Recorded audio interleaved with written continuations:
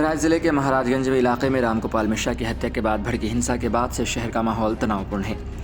इस हिंसा में हुई क्षति और बवाल के बाद प्रशासन अब एक कड़ी बुलडोजर कार्रवाई की तैयारी में जुटा हुआ है। प्रशासन की ओर से उन इलाकों में जहां अवैध कब्जों का आरोप है वहां तोड़फोड़ की योजना बनाई गई है।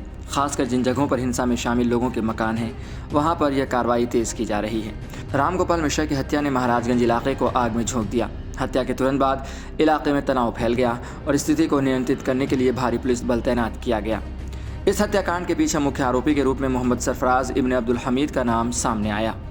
इसी सिलसिले में प्रशासन के उनके घर पर भी बुलडोजर चलाने की तैयारी है। मीडिया की माने तो सरफराज के घर को अवैध निर्माण का हवाला देते हुए निशाना बनाया गया है। महाराजगंज के महसी इलाके में प्रशासन ने करीब 23 मकानों पर तोड़फोड़ का नोटिस जारी किया है।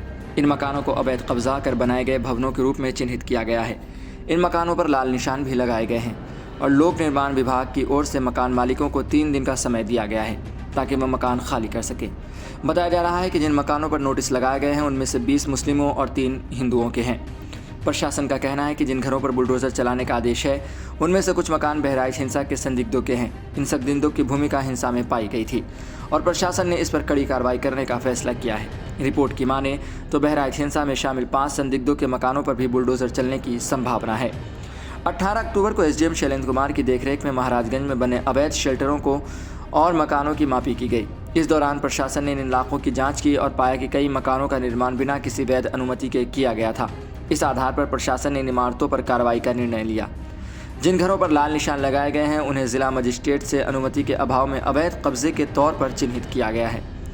प्रशासन द्वारा चस्पा किए गए नोटिस में स्पष्ट रूप से कहा गया है कि यदि मकान मालिकों के पास इमारत निर्माण के समय जिला मजिस्ट्रेट की अनुमति के कागजात हैं तो वह इसे पेश कर सकते हैं। अगर मकान मालिक इस अनुमति के दस्तावेज पेश करने में विफल रहते हैं तो उनकी इमारतों पर बुलडोजर चलाकर विध्वंस किया जाएगा।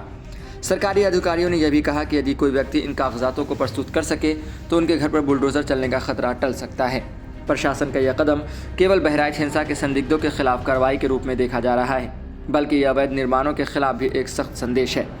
प्रशासन का कहना है कि कानून व्यवस्था बनाए रखने के लिए ज़रूरी कदम उठाए जा रहे हैं। इस बुलडोजर कार्रवाई के बाद इलाके में राजनीति भी गर्मा गई है। कुछ राजनीतिक दल इसे कानून व्यवस्था का हिस्सा बताते हुए समर्थन कर रहे हैं तो वहीं दूसरी ओर विपक्षी दलों ने इसे एक तरफा कार्रवाई बताते हुए सवाल उठाया है।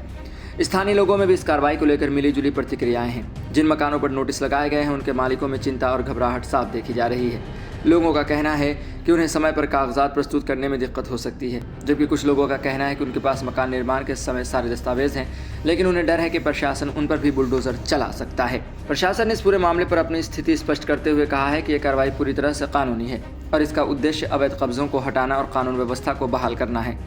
अधिकारियों का कहना है कि हिंसा के बाद हालात को सामान्य बनाने के लिए ज़रूरी है कि अवैध निर्माणों पर सख्ती से कार्रवाई की जाए ताकि भविष्य में ऐसी घटनाओं को रोका जा सके। आगे की रणनीति में प्रशासन ने यह भी कहा है कि जिन घरों पर पहले ही लाल निशान लगाए गए हैं उनके खिलाफ 3 दिन बाद विध्वंस की कार्रवाई शुरू की जाएगी अगर मकान मालिकों ने समय पर अपने दस्तावेज प्रस्तुत नहीं किए।